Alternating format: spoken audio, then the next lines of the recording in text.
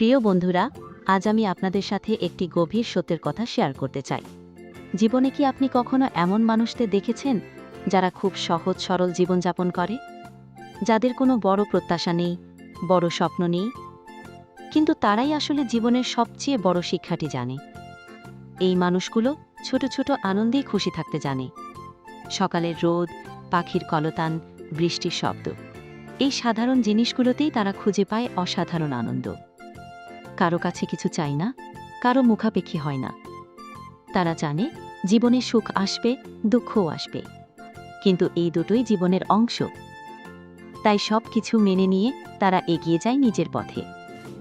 তাদের এই সরলতা দেখে অনেকে ঈর্ষা করে, কিন্তু তারা সেদিকে ভ্রুক্ষেপও করে না।